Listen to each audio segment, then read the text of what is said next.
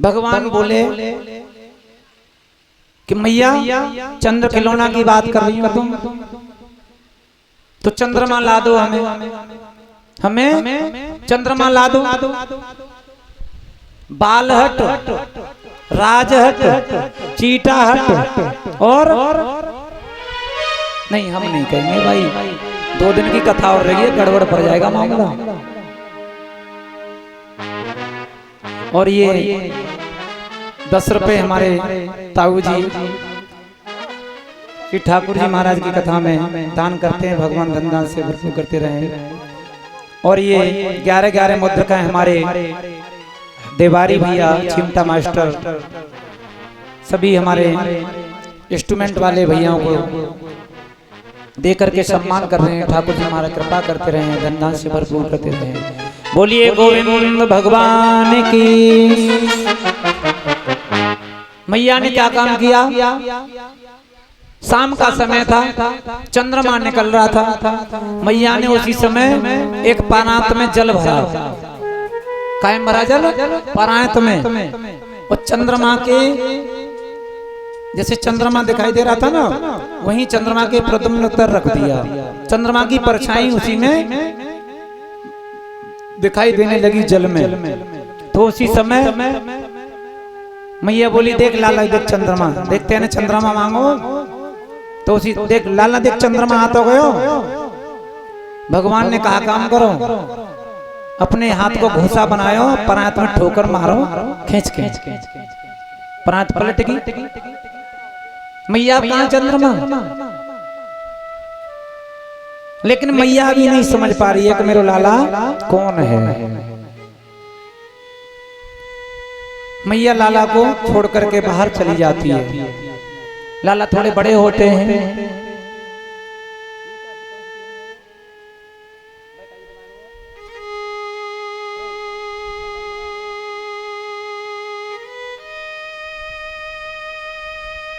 श्री सुखदेव जी महाराज समझाते हैं, हे राजन परीक्षित, उसी समय भगवान कृष्ण ने क्या काम किया? जो दिन में दूध उठ रहा था ना, उसी दूध को यशोदा मैया ने जमाया।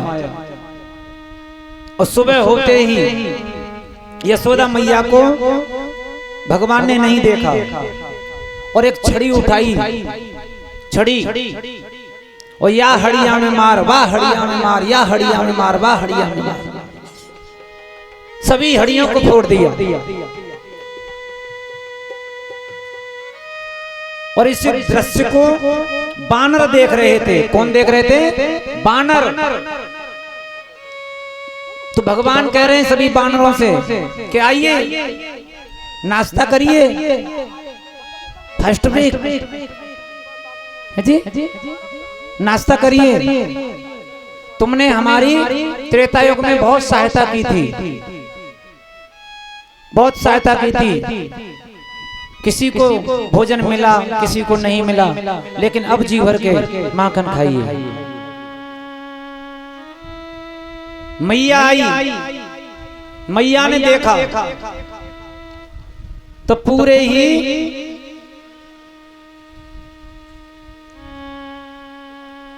अंदर पूरी चौपार में माखन फैला हुआ है, पूरी ही चौपार में डिस्टम्बर हुआ है।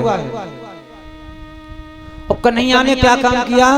जब देखा कि मटकी फूट गई, तो कन्हैया एक माखन के गोला को मुख में दबा करके और किवाड़ के पीछे छुप गए, किवाड़ के पीछे छुप गए। तो उसी समय मैया देखती है कि कन्हैया कहाँ है, कन्हैया कहाँ है? कन्हैया दिखाई नहीं दे रहे हैं। आज मैया विचार करती है, छोटे छोटे पैरों के चिन्ह मर रहे हैं माखन के, शायद ऐसा तो नहीं कन्हैया अंदर ही बैठा हो। धीरे धीरे मैया अंदर गई और अंदर जा करके देखा तो कन्हैया किवाड़ के पीछे छुपे हुए। मैया ने कान पकड़ा और मैया बोली, ये माखन की मटकी तेने फोड़ी है, माखन तूने खाया है। तो भगवान कृष्ण के मुख में माखन का एक गोला लगा हुआ था। तो माँ भगवान कृष्ण क्या कह रहे, मैया माखन हमने नहीं खाया, माखन हमने नहीं खाया।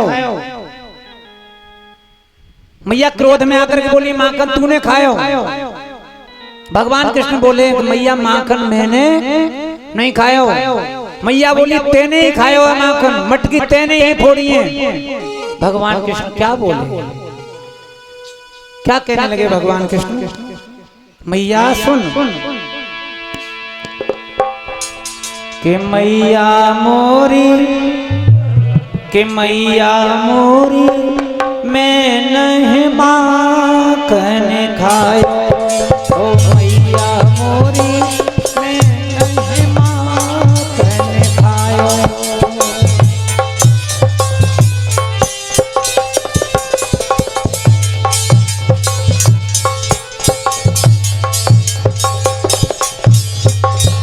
क्या होता है, मैया कहती है लाला माखन तूने खाया। तो भगवान कृष्ण कह रहे हैं कि मैया मैंने माखन नहीं खाया।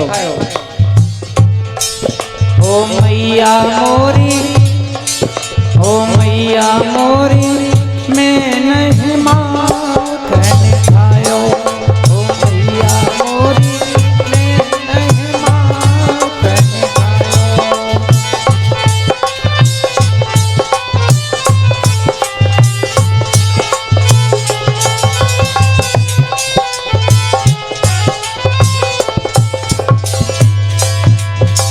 मैया बोली, माखन तूने नहीं खाया। भगवान कृष्ण क्या बोले, भोर भयो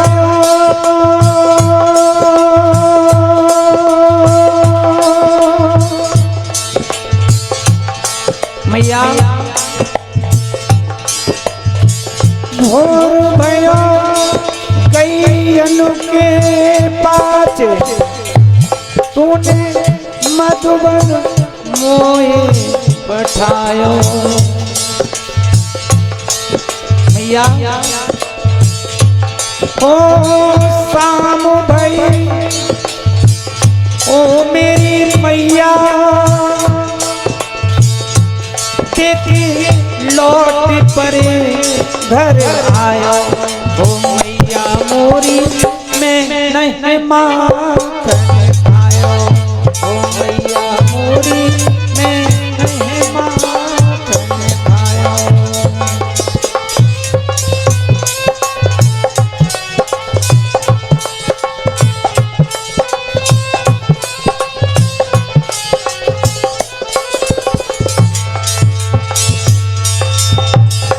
भगवान कृष्ण बोले, मैया मैंने माखन नहीं खाया। एकदम यशोदा मैया क्रोध में आ गई कन्हैया के कान को पकड़ करके, और यशोदा मैया के बीच चौक में एक उखल पड़ा हुआ था। उखल समझते हैं आप लोग, उखल कौन कौन जाने उखल, बताइए हाथ उठाइए। उखल नहीं समझते,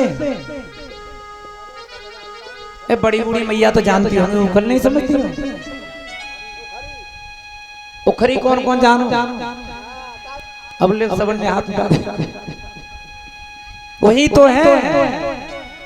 मैया ने क्या काम किया, भगवान कृष्ण को पकड़ करके आज मैया उसी उखल से बांध रही है, उसी उखल से बांध रही है। तो मैया बांधती हैं, लेकिन रस्सी 2 अंगुल छोटी पड़ जाती है। फिर यशोदा मैया भागती हैं, फिर रस्सी को लेकर के आती हैं, फिर बांधती हैं, लेकिन रस्सी 2 अंगुल छोटी फिर पड़ जाती है। मैया पड़ोस में गई, तिवारी के घर पे गई, संजय के घर पे गई, जसवीर के घर पे गई, तूफान जी के घर पे गई, अमन के घर पे गई। सबके घर पे गई, रस्सी लेकर के आई मैया, कन्हैया को फिर बांधा, लेकिन तब भी रस्सी 2 अंगुल छोटी पड़ गई। मैया विचार करती है क्या हुआ, मुझे तो ये भी नहीं दिख रहा है कि ये कन्हैया मोटा हो रहा है या रस्सी छोटी पड़ रही है, मुझे तो ये भी तो पता नहीं चल रहा कि कन्हैया मेरा मोटा है रहे हुए या ये रस्सी छोटी है। एकदम मैया ज्यादा ही थक गई, परेशान हो गई। तो उसी समय मैया के हृदय में भगवान के प्रति दया आने लगी। अब रस्सी क्या चीज है, रस्सी क्या है, रस्सी है एक माया, रस्सी है एक माया। और उस समय जो मैया यशोदा भगवान कृष्ण को बांध रही है अहंकार में आकर के, अहंकार क्या है, अहंकार है भगवान का भोजन, अहंकार है भगवान का भोजन। और ब्रह्म कभी माया में फंस नहीं सकता, ना ब्रह्म कभी माया में बंध सकता। आज मैया को भगवान के प्रति थोड़ी सी दया आई, मैया अपने सिर को झुका करके और कहने लगी, कृष्ण माखन तुमने नहीं खाया हो, चल ठीक है लाला, मुझको पूर्ण विश्वास है को माखन तूने नहीं खायो। तो उसी समय भगवान कृष्ण बोले कि मैया मोरी मैंने ही माखन खायो, मैया मैंने ही माखन खायो, क्योंकि मैया को थोड़ी दया आ गई भगवान की। आज मैया को दया आई, उसी समय भगवान कृष्ण आज जो पहले मैया रस्सी लेकर के आई थी उसी रस्सी से बंध जाते हैं। बोलिए गोविंद भगवान की। बंध क्यों जाते हैं, एक कवि बहुत सुंदर कल्पना करता है, बंध क्यों जाते हैं भगवान, कि भगत के बस में है भगवान, भगत के बस में है भगवान। अरे भक्त बिनाया कुछ भी नहीं है, और भक्त है इसकी जान, भगत के बस में है भगवान, भगत के बस में है भगवान।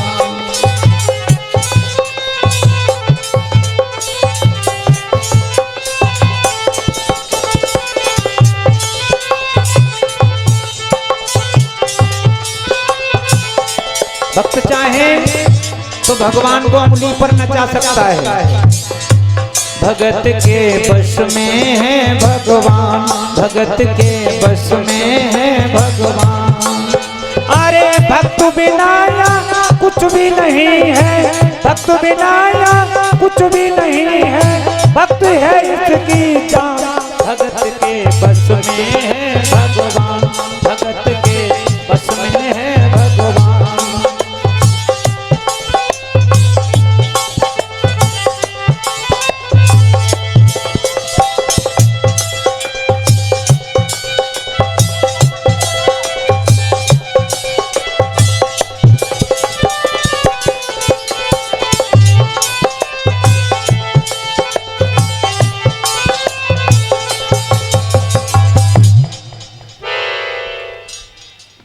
भक्त चाहे तो भगवान को अंगुली पर नचा सकता है, और बिना भक्त के भगवान भी सुना है।